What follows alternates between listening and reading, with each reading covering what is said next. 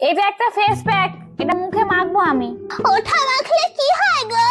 এটা মাখলে মুখ ফর্সা হয়।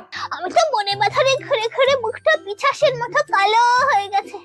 বলছি শোনো না বৌমা, তোমার এই ফেস প্যাক আমাকে একটু দেবে? হ্যাঁ হ্যাঁ দেবো, কেন দেবো না।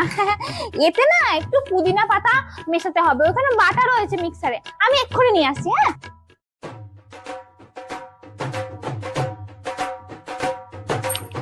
কাকিমা এসো, তোমার মুখে আগে মাখিয়ে দিই।